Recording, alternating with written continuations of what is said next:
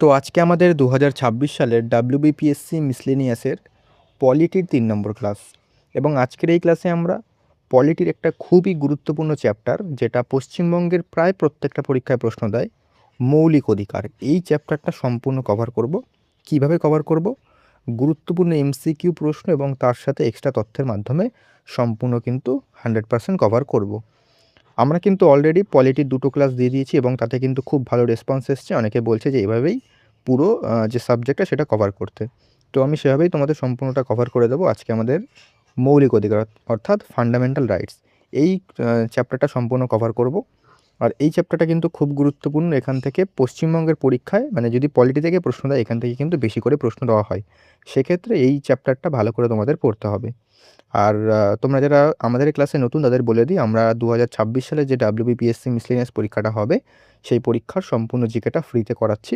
আমরা আজকে পলিটির যে ক্লাসগুলো রয়েছে সেগুলো শেষ করার পর আমরা পরবর্তী যে সাবজেক্টগুলো রয়েছে সেগুলো কিন্তু এভাবেই শেষ করব। আর আজকের ক্লাসের পিডিএফটা তোমরা সম্পূর্ণ বিনামূল্যে পেয়ে যাবে। পিডিএফটা কীভাবে পাবে তার জন্য সম্পূর্ণ ক্লাসটা দেখো, এবং প্রথমেই বলবো চ্যানেলটাকে কিন্তু সাবস্ক্রাইব করে রাখো। তাহলে কিন্তু আমাদের যে ক্লাসগুলো তোমরা আমি পরবর্তীকালে দেবো, সেগুলো তোমরা খুব সহজেই দেখতে পারবে। ঠিক আছে? তো শুরু করছি আজকের ক্লাস। আর যারা উত্তর জানবে, দেখো আমি প্রশ্ন উত্তর তো আলোচনা করব, তো যারা উত্তরটা জানবে অবশ্যই কিন্তু উত্তরটা তোমরা খাতায় লিখে রাখবে এবং ক্লাসের শেষে জানাবে তোমরা কটা প্রশ্ন পেরেছো। ঠিক আছে? আজকে সম্পূর্ণ কভার করব। তোমরা আমার আগের ক্লাসগুলো দেখে আসো, তাহলে বুঝতে পারবে যে ক্লাসগুলো কতটা গুরুত্বপূর্ণ এবং আমরা কিভাবে সেগুলোকে শেষ করি। ঠিক আছে? তো তোমরা কিন্তু অবশ্যই আগের ক্লাসগুলো দেখে আসো। তো শুরু করছি আজকে ক্লাস, বেশি কথা বাড়াচ্ছি না। দেখো, আমাদের প্রথম প্রশ্ন কি বলছে? ভারতীয় সংবিধানের কোন অংশকে বা কোন পার্টকে ভারতের ম্যাগনা কার্টা বলা হয়? কোন পার্টকে বলছে ম্যাগনা কার্টা বলা হয়? দেখো, পার্ট নাম্বার 2, 3, 4, 4, তারপর হচ্ছে 9। ঠিক আছে? তো এর মধ্যে কোনটাকে ভারতের ম্যাগনা কার্টা বলা হয়? বলো কী হবে উত্তর। আমি দেখো প্রশ্ন উত্তর বলার পর, মানে অপশান বলার পর বেশি সময় নেব না, আমি উত্তর বলে দেবো। তোমরা ভিডিওটা পজ করে উত্তরটা খাতায় লিখে রাখবে। ঠিক আছে? মানে আমি যদি পজ নিই তাহলে অনেকটা সময় চলে যাবে। আমি তোমাদের বেশি সময় নিতে চাই না। দেখো, ভারতের ম্যাগনা কার্টা, দেখো ভারতের যে ম্যাগনা কার্টা মানে মৌলিক অধিকার, ফান্ডামেন্টাল রাইটস যে পার্টে আছে, মানে ফান্ডামেন্টাল রাইটসটাকে কিন্তু ভারতের ম্যাগনা কার্টা বলা হয়। এবং এই যে ফান্ডামেন্টাল রাইটস, এটা কোন পার্টে আছে ভারতের? এটা হচ্ছে ভারতীয় সংবিধানের পার্ট নম্বর 3-এ কিন্তু আমাদের ফান্ডামেন্টাল রাইটস বা মৌলিক অধিকার রয়েছে। এবার আমরা দেখিনি, দেখো এক্সট্রা তথ্য দেখে নাও। এভাবে কিন্তু সম্পূর্ণ সেশনটা আজকে হবে। দেখো, পার্ট 3 উত্তর বলে দিলাম। দেখো, সংবিধানের কোন অংশে রয়েছে? পার্ট 3 মানে 3 নম্বর অংশে। কোন ধারায় রয়েছে? 12 থেকে 35 নম্বর ধারার মধ্যে কিন্তু আমাদের মৌলিক অধিকার বা ফান্ডামেন্টাল রাইটস রয়েছে আমাদের সংবিধানের 12 থেকে 35 নম্বর ধারায়। ঠিক আছে? এটা মাথায় রাখবে, ধারাটা কিন্তু খুব গুরুত্বপূর্ণ, পার্টও গুরুত্বপূর্ণ। তারপরে উৎস। আমাদের সংবিধান, আমি যখন বেসিকটা পড়েছিলাম সংবিধানের, তখন বলেছিলাম যে আমাদের সংবিধানের যে বিভিন্ন আ জিনিসগুলো রয়েছে সেগুলো কিন্তু অন্যান্য দেশের সংবিধান থেকে গৃহীত। তারপরে হচ্ছে আমাদের ভারতের যে আইন ছিল, গভর্নমেন্ট ইন্ডিয়া অ্যাক্ট 1935, এখান থেকে কিন্তু বেশিরভাগ জিনিস গৃহীত। তবে অন্যান্য দেশের সংবিধান থেকে কিন্তু অনেক কিছু নেওয়া হয়েছে, মানে বেশিরভাগটা এখান থেকে নেওয়া হয়েছে। এটা মাথায় রাখবে। তো আমেরিকা থেকে কিন্তু এই সংবিধানের যে মৌলিক অধিকারের যে কনসেপ্টটা, সেটা কিন্তু আমেরিকার সংবিধান থেকে নেওয়া হয়েছে। এটা মাথায় রাখবে। একে ভারতের ম্যাগনা কার্টা বলা হয়, এখনই বললাম। এবং এগুলো কিন্তু জাস্টিসেবল, মানে হচ্ছে এই যে মৌলিক অধিকার, এগুলো যদি তোমাদের লঙ্ঘিত হয় তাহলে কিন্তু মানুষ, ভারতের যে নাগরিক, তারা কিন্তু আদালতে দ্বারস্থ হতে পারবে যদি এগুলো লঙ্ঘিত হয়। এটা মাথায় রাখবে। ঠিক আছে? সুপ্রিম কোর্ট ও হাইকোর্ট মৌলিক অধিকারের রক্ষা কবচ হিসাবে কাজ করে। প্রশ্ন এখানে দেয় যে মৌলিক অধিকারের রক্ষা কবচকে বা রক্ষাকর্তাকে, তাহলে কিন্তু সেটা হবে সুপ্রিম কোর্ট এবং হাইকোর্ট। এরা রিট জারি করে সেগুলোকে। দেখো, রিটটা আমি প্রশ্নতে আছে, শেষের দিকে আছে, সেটাও পড়াবো রিট। তারপরে তোমাদের এই যে জাস্টিসিয়েবল, এটা, এবং এর পরের যে ক্লাসটা হবে সেটা হচ্ছে ডিপিএসপি। ঠিক আছে? মানে উদ্দেশ্যমূলক প্রস্তাব। এই যে ডিপিএসপি, এটা কিন্তু নন জাস্টিসিয়েবল, মানে এটা ডিপিএসপি যে একটা দেশ চালানোর যে নীতি এখানে বর্ণিত রয়েছে, তো সেগুলো যদি লঙ্ঘিত না হয় বা সরকার সেগুলো নিয়ে যদি কাজ না করে, তাহলে কিন্তু কেউ আদালতে দ্বারস্থ হতে পারবে না। যখন আমি নেক্সট ক্লাস যখন এটা করাবো তখন তোমাদের বলে দেবো। ঠিক আছে? তো এটা জাস্ট মাথায় রাখবে যে মৌলিক অধিকার কিন্তু জাস্টিসিয়েবল। ঠিক আছে? এরপর হচ্ছে আমাদের নেক্সট প্রশ্ন। তোমরা চাইলে কিন্তু এগুলো স্ক্রিনশট অথবা খাতায় লিখে নিতে পারো। আমি তোমাদের পিডিএফটা বলছি কী করে তোমরা ফ্রিতে সংগ্রহ করতে পারবে। পরবর্তী প্রশ্ন দেখো, বর্তমানে ভারতীয় সংবিধানে মোট কটি মৌলিক অধিকার স্বীকৃত আছে? ঠিক আছে, বর্তমানে মানে প্রেজেন্টে কটা রয়েছে? 5টা, 6টা, 7টা, 8টা।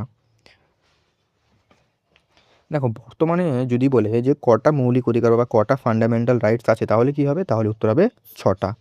আগে ছিল কিন্তু 7টা। ঠিক আছে, এখন বর্তমানে 6টা রয়েছে। 7টা কী ছিল সেটাও তোমাদের বলছি। দেখো উত্তরে বলে দিলাম 6টা। শুরুতে কটা ছিল? 7টা, এখন বর্তমানে রয়েছে 6টা। যে বাতিল হওয়া যে অধিকার সেটা কী ছিল? সেটা হচ্ছে সম্পত্তির অধিকার বা রাইট টু প্রপার্টি।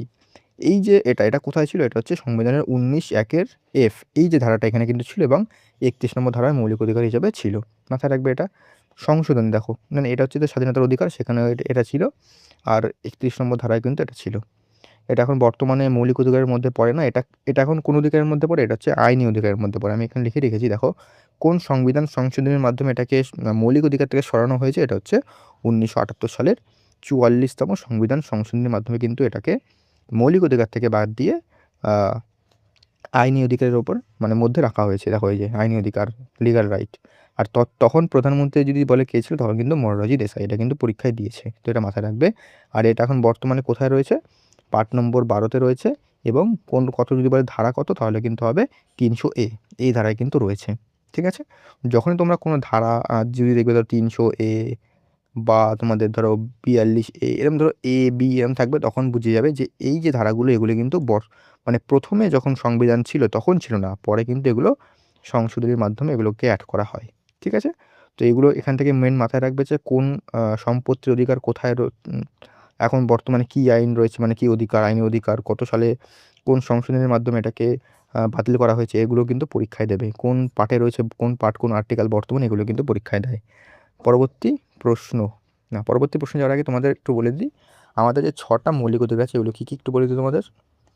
প্রথমে হচ্ছে সাম্যের অধিকার, এটা কত নম্বর ধারায়? 14 থেকে 18 নম্বর ধারায় কিন্তু সাম্যের অধিকার। তারপরে স্বাধীনতার অধিকার, এটা 19 থেকে 22 নম্বর ধারায়। তারপর শোষণের বিরুদ্ধে অধিকার, এটা হচ্ছে 23 থেকে 24। শোষণের অধিকারটা কিন্তু শোষণের বিরুদ্ধে, ঠিক আছে, এটা মাথায় রাখবে। তারপরে ধর্মীয় স্বাধীনতার অধিকার, এটা হচ্ছে 25 থেকে 28। তারপরে সংস্কৃত শিক্ষা বিষয়ক অধিকার, এটা 29-30। এবং সাংবিধানিক প্রতিবিধানের অধিকার, সেটা হচ্ছে ধারা নম্বর 32। ঠিক আছে, তো কোনটা কত নম্বর ধারায় সেটা এখান থেকে কিন্তু প্রশ্ন দেয়, তো অবশ্যই কিন্তু এগুলোকে মাথায় রাখবে। পরবর্তী প্রশ্ন দেখেই চলে আসি। দেখো পরবর্তী প্রশ্ন হচ্ছে আমাদের, ভারতীয় সংবিধানের 12 নম্বর ধারা অনুযায়ী নিচের কোনটি রাষ্ট্র এর সংজ্ঞার অন্তর্ভুক্ত? মানে আমাদের যে 12 নম্বর ধারা রয়েছে, এখানে কিন্তু আমাদের এই ধারায় বলা রয়েছে রাষ্ট্রের সংজ্ঞা। ঠিক আছে, ডেফিনেশন অফ স্টেট এখানে বলা রয়েছে। তো বলছি যে স্টেট, এই যে স্টেটের ডেফিনেশন, মানে স্টেটের মধ্যে কোন কোন জিনিসগুলো পড়ে? অপশান দেখো, ভারত সরকার ও সংসদ, রাজ্য সরকার ও রাজ্য আইনসভা, স্থানীয় কর্তৃপক্ষ যেমন পৌরসভা, পঞ্চায়েত, এবং উপরের সবকটি। দেখো স্টেটের মধ্যে যদি বলে, তাহলে কিন্তু উত্তর হবে উপরের সবকটি। মানে ভারত সরকার, সংসদ, এটাও পড়ছে, মানে পার্লামেন্ট। রাজ্য সরকার, রাজ্যের যে আইনসভা সেগুলো পড়ছে। স্থানীয় যেমন হচ্ছে কর্তৃপক্ষ, যেমন হচ্ছে পৌরসভা, পঞ্চায়েত, এগুলো কিন্তু রাষ্ট্রের মধ্যেই পড়ছে। ঠিক আছে, তো 12 নম্বর ধারায় কী দেওয়া রয়েছে? স্টেটের ডেফিনেশন। ওকে, চলে আসি এবার। দেখো দেখো রাষ্ট্রের সংজ্ঞা 12 নম্বর ধারায় বলে দিলাম। এখানে কী কী রয়েছে? কেন্দ্রীয় স্তরে যেমন ভারত সরকার, ভারতের সংসদ। রাজ্য স্তরে রয়েছে রাজ্যের সরকার, রাজ্য আইনসভা, স্থানীয় কর্তৃপক্ষ, মিউনিসিপ্যালিটি, তারপর পঞ্চায়েত, জেলা বোর্ড। অন্যান্য কর্তৃপক্ষ রয়েছে সরকার নিয়ন্ত্রণে থাকা সরকারি ও ক্ষমতাভোগকারী সংস্থা, যেগুলো রয়েছে মানে সরকারের সাহায্যপ্রাপ্ত যে সমস্ত সংস্থাগুলো রয়েছে। ধারা 13-তে কী বলা হয়েছে?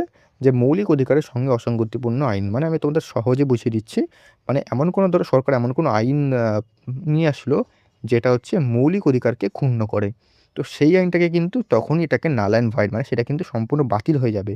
মানে মৌলিক অধিকারকে ক্ষুণ্ণ করে এমন আইন কিন্তু প্রয়োগ করা যাবে না। এ ধারাতে কিন্তু সেটাই বলা রয়েছে। ঠিক আছে, তো এটা মাথায় রাখবে। পরবর্তী প্রশ্ন দেখো কী বলছে। পরবর্তী প্রশ্ন বলছে, ভারতীয় সংবিধানের কোন ধারা অনুযায়ী সরকারি চাকরির ক্ষেত্রে সকল নাগরিকের সমান সুযোগের কথা বলা হয়েছে? ধারা 14, 15, 16, 17। সরকারি চাকরির ক্ষেত্রে সমান সুযোগের কথা বলা রয়েছে কোন ধারাতে? বলো উত্তর কী হবে? সরকারি চাকরির ক্ষেত্রে কী বললাম? সরকারি চাকরির ক্ষেত্রে হবে কিন্তু অপশান নাম্বার গ, ধারা নম্বর 16। আমরা দেখলাম যে সাম্যের অধিকার, সাম্যের অধিকার, এটা কত নম্বর ধারা দেখলাম আমরা? 14 থেকে 18। ঠিক আছে, সামনে যে 14 থেকে 18, এবং এই 14 থেকে 18-র মধ্যে 16 নম্বর ধারায় কী বলা হয়েছে? যে সরকারি চাকরিতে সমান অধিকার। এবার আমরা একটু ডিটেলসে দেখে নিই। ডিটেলসে দেখো, সাম্যের অধিকার ধারা নম্বর 14-তে বলা রয়েছে আইনের চোখে সমতা। মানে ভারতে বসবাসকারী যে কোনো ব্যক্তি আইনের চোখে সমান, এবং সবাই আইনের সমানভাবে সংরক্ষণ পাবে। অর্থাৎ আইনের কিন্তু ওপরে কেউ নয়। এখানে দুটো কনসেপ্ট আছে, এখানে একটু জেনে রাখো। এখান থেকে হয়তো আরও ডিটেলসে প্রশ্ন দেবে না, মানে এখানে দুটো জিনিস দিতে পারে। একটা হচ্ছে আইনের চোখে সমতা, মানে ইকুয়ালিটি বিফল ল। মানে এই যে ইকুয়ালিটি বিফল ল, এই কনসেপ্টটা নেওয়া হয়েছে ব্রিটিশ থেকে, ঠিক আছে? মানে ব্রিটিশ থেকে কিন্তু এটা নেওয়া হয়েছে, ব্রিটেন থেকে। এর অর্থ কি? এর অর্থ হচ্ছে আইনের ঊর্ধ্বে কেউ নয়, মানে আইনের উপরে কেউ নয়। রাজা হোক বা সাধারণ প্রজা, আইন সবার জন্য এক। এটি একটি নেতিবাচক ধারণা, কারণ এটি কোনো বিশেষ সুযোগ সুবিধাকে স্বীকার করে না। মানে আইনের উপরে কেউ নয়, আইনের চোখে সবাই সমান। এটা কোথা থেকে নেওয়া হয়েছে? ইকুয়ালিটি বিফোর ল, এটা হচ্ছে ইউকে থেকে, ঠিক আছে? তারপরে পরবর্তী একটা কনসেপ্ট আছে এখানে, আইন সমূহের সমান সুরক্ষা, মানে ইকুয়াল প্রোটেকশন অফ ল, এটা নেওয়া হয়েছে আমেরিকা থেকে।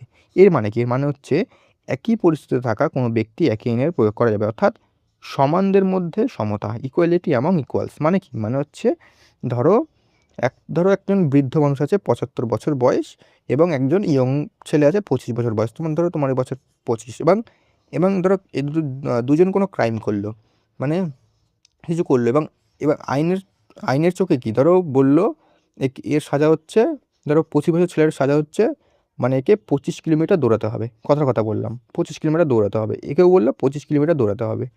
তো এ তো তাও কষ্ট করে তাও দৌড়িয়ে নিতে পারবে, কিন্তু এর মানে এই যে 25 বছর বয়সের যে বৃদ্ধ বা বৃদ্ধা, এনার পক্ষে তো সম্ভব নয়। তো ইনি তো আলাদা পরিস্থিতিতে রয়েছে, আর ইনিও আলাদা পরিস্থিতিতে রয়েছে। তো এই যে আলাদা পরিস্থিতির ব্যক্তি আছে, এনার পক্ষে কিন্তু আলাদা করে আইন সংরক্ষণ করতে হবে, আর এনার পক্ষে কিন্তু আলাদা, ঠিক আছে? কোনো একজন ব্যক্তির মাসিক ইনকাম হচ্ছে 10,000 টাকা, আর একজনের হচ্ছে 1.5 লাখ টাকা। একে বললো তোমাকে ফাইন দিতে হবে 5,000 টাকা, একে বললো 5,000 টাকা। এর পক্ষে তো 5,000 টাকা কোনো ব্যাপার না, কিন্তু এর পক্ষে তো সমস্যা। সেক্ষেত্রে সমান পরিস্থিতিতে যেই সমস্ত ব্যক্তিরা রয়েছেন, তাদের ক্ষেত্রে কিন্তু আইন প্রয়োগ করতে হবে, ঠিক আছে? মানে এদের যারা 10,000, তাদের ক্ষেত্রে এক আইন, এদের ক্ষেত্রে কিন্তু আলাদা টাইপের। এগুলো কিন্তু এভাবে, ব্যাপারটা কিন্তু এটাই সহজভাবে তোমাদের বুঝিয়ে দিলাম। জাস্ট এটা মাথায় রাখো। এখান থেকে তেমন একটা প্রশ্ন দেবে কি, যে এই যে ইকুয়াল প্রোটেকশন অফ ল, এটা কোথা থেকে নেওয়া হয়েছে, আর ইকুয়ালিটি বিফল এটা কোথা থেকে নেওয়া হয়েছে, জাস্ট এটা দেবে, ঠিক আছে? পরিষ্কার? তারপর হচ্ছে পরবর্তী প্রশ্ন যাওয়ার আগে, হ্যাঁ আমাদের তো এখনও আছে। দেখো এবার হচ্ছে ধারা নম্বর 15। 14 নম্বর দেখলাম, আর 15 কি? বৈষম্য নিরসন, মানে প্রহিবিশন অফ ডিসক্রিমিনেশন। দেখো 5টা জিনিস আছে, একটা যে জাতি, ধর্ম, রিলিজিয়ন, জাতি, রেস, বর্ণ, কাস্ট, লিঙ্গ, সেক্স এবং জন্মস্থান, মানে প্লেস অফ বার্থ। এই যে 5টা জিনিস আছে, এই 5টা জিনিসের ভিত্তিতে কাউকে কিন্তু বঞ্চিত করা যাবে না কোনো কিছু থেকে। যেমন 15 একে একে বলা হয়েছে যে রাষ্ট্র কেবল এই 5টি কারণে কোনো নাগরিকের প্রতি বৈষম্য করবে না, ঠিক আছে? মানে সবাই সমান, তাকে কিন্তু এই 5টার বেসিসে কিন্তু তাদের উপর তাকে বঞ্চিত করা যাবে না। 15(2) বলা রয়েছে, কোনো নাগরিককে দোকান, রেস্তোরাঁ বা পাবলিক হোটেল সাধারণ ব্যবহার, কুয়ো, পুকুর, স্নানের ঘাট ব্যবহারে বাধা দেওয়া যাবে না। মানে ধরো কেউ বললো যে তুমি, তোমার জন্মস্থান এইখানে, তুমি এখানে স্নান করতে পারবে না, বা এই রেস্তোরাঁয় তুমি খেতে পারবে না, এগুলো কিন্তু করা যাবে না। ব্যতিক্রম আছে, কিছু এক্সেপশন আছে। কি? রাষ্ট্র চাইলে নারী ও শিশুদের জন্য বিশেষ ব্যবস্থা নিতে পারে, এটা হচ্ছে ধারা 15(3) বলা রয়েছে। এবং সামাজিক দিক থেকে তারা পিছিয়ে পড়ে, যেমন এসসি, এসটি, তাদের জন্য কিন্তু আলাদা করে সুযোগ সুবিধা থাকে। তোমরা সকলেই জানো যে আলাদা করে সুযোগ সুবিধা থাকে। সেক্ষেত্রে কিন্তু এগুলো আমাদের পড়তে হবে ঠিকঠাক। 15(4), 15(3) এগুলো কিন্তু দেখে রাখবে। ওকে, চলে আসি পরবর্তী ধারাগুলো যেগুলো আছে। 16 নম্বর ধারা বললাম, চাকুরিতে সমান সুযোগ। রাষ্ট্রীয় কোনো চাকুরিতে নিয়োগের ক্ষেত্রে জাতি, ধর্ম, বর্ণ নির্বিশেষে সকল নাগরিক কিন্তু সমান সুযোগ পাবে। তবে কিন্তু এখানে একটা ব্যাপার আছে, সেটা হচ্ছে একটা সম্ভবত 16(4) বলা রয়েছে, সেটা হচ্ছে যে রাষ্ট্র, মানে কোনো ধরো রাজ্যের ধরো কোনো চাকরি হচ্ছে, সেখানে কিন্তু যে রাজ্যের নাগরিক, মানে রাজ্যের নাগরিক বলতে যে রাজ্যে বসবাসকারী, মানে বসবাসের যে জিনিসটা আছে, সেটা কিন্তু তারা একটা ক্রাইটেরিয়া রাখতে পারে। যে ধরো যেমন পশ্চিমবঙ্গ পুলিশের ক্ষেত্রে বলা থাকে যে শুধুমাত্র পশ্চিমবঙ্গের যারা, তারাই কিন্তু অ্যাপ্লাই করতে পারবে। যেমন মিসলিনিয়াস পরীক্ষার ক্ষেত্রেই বলো না, শুধুমাত্র পশ্চিমবঙ্গে যারা, তারা অ্যাপ্লাই করতে পারবে। কিন্তু এসএসসি, মানে স্টাফ সিলেকশন কমিশন, সেখানে তো ভারতের পুরো যারা আছে তারা করতে পারে, সেখানে তো কোনো ক্রাইটেরিয়া নেই। কিন্তু পার্টিকুলার কোনো রাজ্যে যে চাকরি, সেখানে কিন্তু যে রাজ্যে বসবাসকারী, সেই ক্রাইটেরিয়াটা কিন্তু সেটা রাখতে পারবে, এটা মাথায় রাখবে। ধারা 17, এটা হচ্ছে অস্পৃশ্যতা দূরীকরণ, মানে অ্যাবলিশন অফ আনটাচেবিলিটি, মানে অস্পৃশ্যতা দূরীকরণ, সেটাকে বলা হয়েছে। তারপর হচ্ছে 18তে খেতাব বা উপাধি বিলোপ, মানে সামরিক শিক্ষাগত যোগ্যতা, যেমন ডক্টর, প্রফেসর, কর্নেল ছাড়া কিন্তু যে কোনো সরকার যে সমস্ত উপাধি দেয়, পদ্মশ্রী, পদ্মভূষণ, এগুলো কিন্তু উপাধি হিসেবে ব্যবহার করা যাবে না, ঠিক আছে? আর এগুলো কিন্তু রাষ্ট্রপতির অনুমতি ছাড়া কিন্তু ব্যবহার করা যাবে না, মানে বিদেশের কোনো উপাধি গ্রহণ করতে পারবে না রাষ্ট্রপতির অনুমতি ছাড়া, ঠিক আছে? এগুলো মাথায় রাখবে। পরবর্তী প্রশ্ন দেখো, ভারতের সংবিধানের ১৯ নম্বর ধারায় বর্তমানে কয়টি স্বাধীনতার অধিকার স্বীকৃত রয়েছে? আমরা বললাম যে স্বাধীনতার অধিকার কত থেকে কত? ১৯ থেকে ২২ এবং ১৯ নম্বর ধারায় কিন্তু অনেকগুলো রয়েছে। সেটা কটা? ৫টা, ৬টা, ৭টা, ৮টা। উত্তর কী হবে? উত্তর হবে কিন্তু ৬টা। ঠিক আছে? টোটাল ৬টা কী, কী আমরা দেখে নিই। দেখো কী, কী আছে? ১৯-এর ১-এর ক, মানে এটা তোমরা এ বলবে। ১৯-এর ১-এর ক বা এ, বাক স্বাধীনতা, মতামত প্রকাশের অধিকার, মানে আমরা একদম ফ্রিলি একদম আমাদের আমাদের যে মতামত, আমাদের যে বাক সেটাকে আমরা প্রকাশ করতে পারি, সেই স্বাধীনতা। ১৯-এর ১-এর খ মানে বি, এটা শান্তিপূর্ণ ও নিরস্ত্রভাবে সমবেত হওয়ার অধিকার, মানে অ্যাসেম্বল হতে পারি আমরা শান্তিপূর্ণ নিরস্ত্রভাবে। ১৯-এর ১-এর গ মানে সি, এটা সমিতি বা ইউনিয়ন গঠনের অধিকার। ঠিক আছে? মানে কোনো সমিতি তৈরি করা যাবে। ১৯-এর ১-এর ঘ মানে হচ্ছে ডি, এটা হচ্ছে ভারতের সর্বত্র, মানে যে কোনো জায়গায় তুমি চলাফেরা করার সেই অধিকার। ১৯-এর ১-এর এটা হচ্ছে, দেখো এটা হচ্ছে ঘ, তো মানে ডি ই, এটা হচ্ছে ই, ভারতের যে কোনো অংশে বসবাস ও স্থায়ীভাবে বসতি স্থাপন করা যাবে, মানে যে কোনো জায়গায় তুমি বসবাস করতে পারবে। ১৯-এর ১-এর ছ, এটা কিন্তু ই এফ না, এটা কিন্তু ই এফ জি, এটা কিন্তু জি। এফটা কি দেখলাম? এফটা কিন্তু আমাদের সম্পত্তির অধিকার, সেটা কিন্তু বাতিল করা হয়েছিল ৪৪তম সংবিধান সংশোধন ১৯৭৮ সালের মাধ্যমে, এটা মাথায় রাখবে।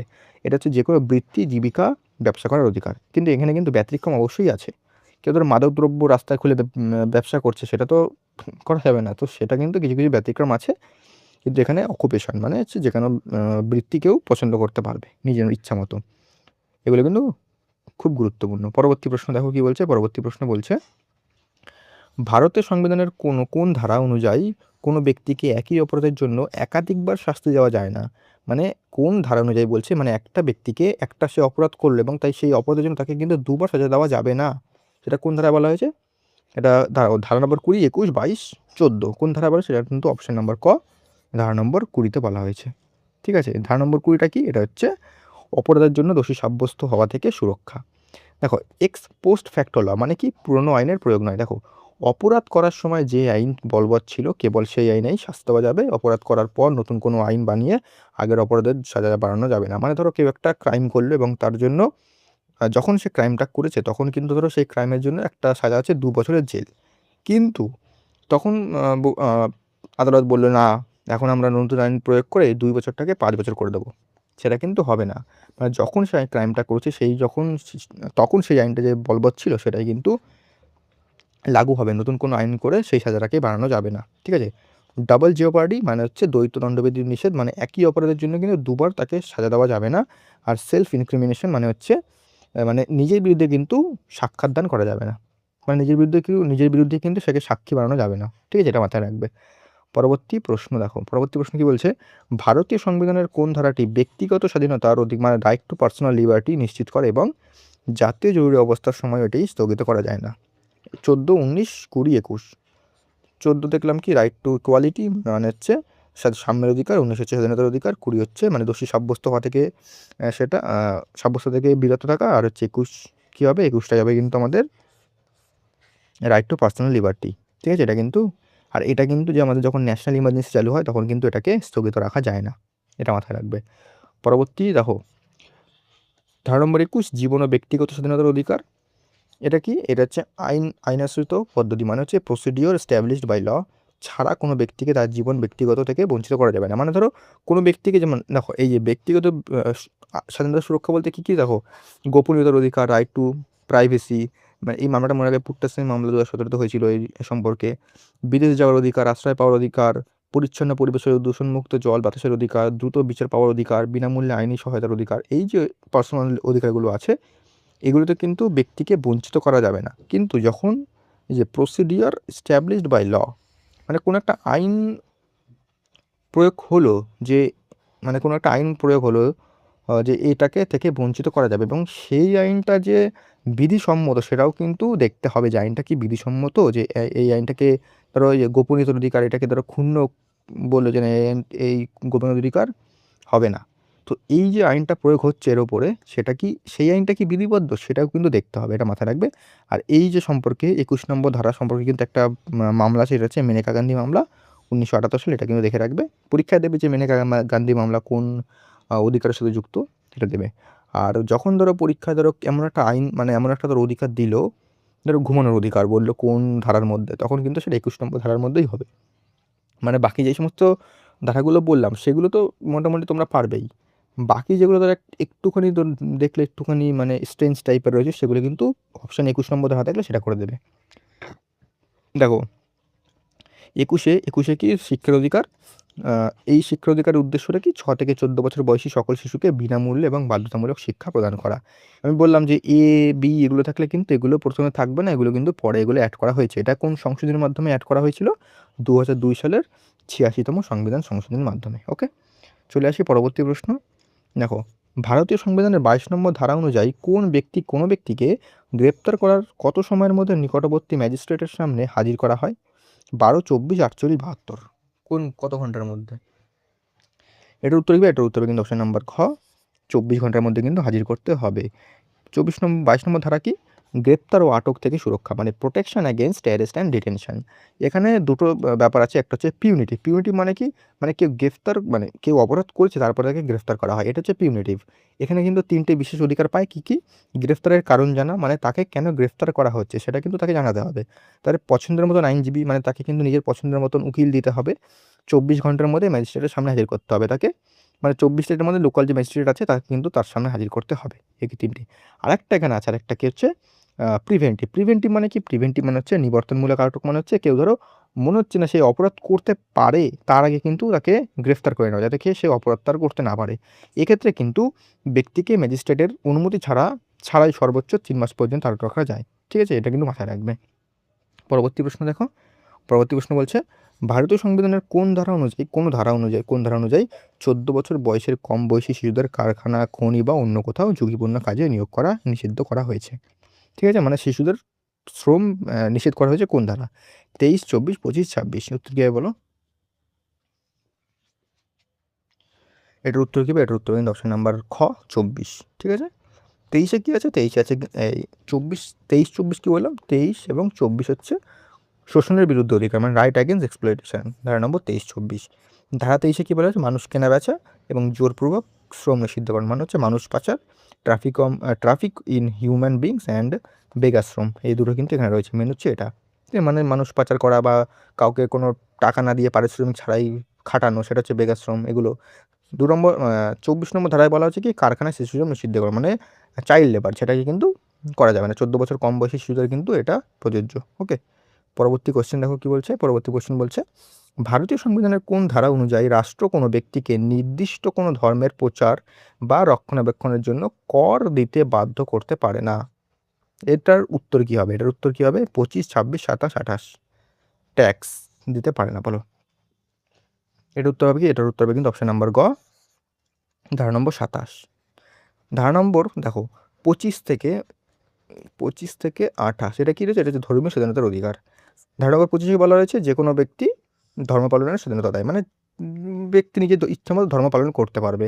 ধারা নম্বর 26-এ বলা রয়েছে মানে কোনো একটা গোষ্ঠী, এ দেখো 25টা হচ্ছে কোনো ইন্ডিভিজুয়ালের জন্য, আর 25টা কি? 25টা হচ্ছে এই 25টা হচ্ছে ইন্ডিভিজুয়ালের জন্য, 26টা কি? 26টা হচ্ছে একটা গোষ্ঠীর জন্য, মানে কোনো ধর্মীয় গোষ্ঠী প্রতিষ্ঠান, কোনো ধর্মীয় গোষ্ঠীকে প্রতিষ্ঠান চালানোর অধিকার দেওয়া হয় 26 নম্বর ধারা অনুযায়ী। আর 27টা বললাম ট্যাক্সের, মানে এই অনুযায়ী কি ধর্মীয় কারণে ট্যাক্স নেওয়া নিষিদ্ধ। ঠিক আছে, আর শিক্ষা প্রতিষ্ঠানের ধারা নম্বর 28, সেখানে কি সরকারি স্কুলে ধর্মীয় শিক্ষা দেওয়া নিষিদ্ধ হলেও সরকারি স্বীকৃত বা সাহায্যপ্রাপ্ত স্কুলে ছাত্রীদের কিন্তু ইচ্ছার বিরুদ্ধে ধর্মীয় শিক্ষা দেওয়া বাধ্য করা যাবে না। মানে কোনো ধরো স্কুল বা প্রতিষ্ঠান মানে সেটা সরকারি সাহায্যপ্রাপ্ত, সেখানে কিন্তু ধর্মীয় কোনো কিছু শেখানো যাবে না। ঠিক আছে, পরবর্তী প্রশ্ন দেখো। পরবর্তী প্রশ্ন কি বলছে ভারতীয় সংবিধানের কোন ধারা অনুযায়ী সংখ্যালঘুদের নিজেদের পছন্দ মতো শিক্ষা স্থাপন ও তা পরিচালনা করার অধিকার রয়েছে?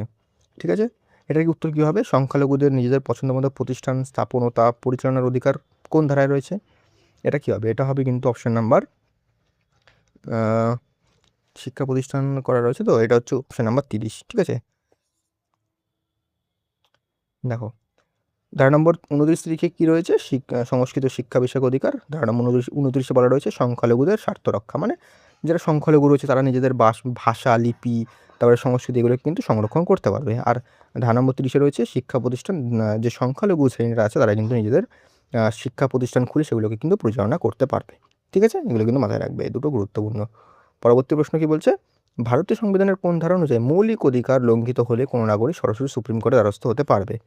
ঠিক আছে, এটার উত্তর কী হবে? আমি বললাম যে ধারা নম্বর 32-এ কী ছিল? ধারা নম্বর 32 শোষণের বিরুদ্ধে উদ্যোগের বলছি। ধারা নম্বর 14 ছিল হচ্ছে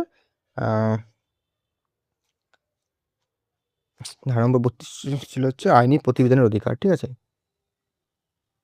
এক সেকেন্ড।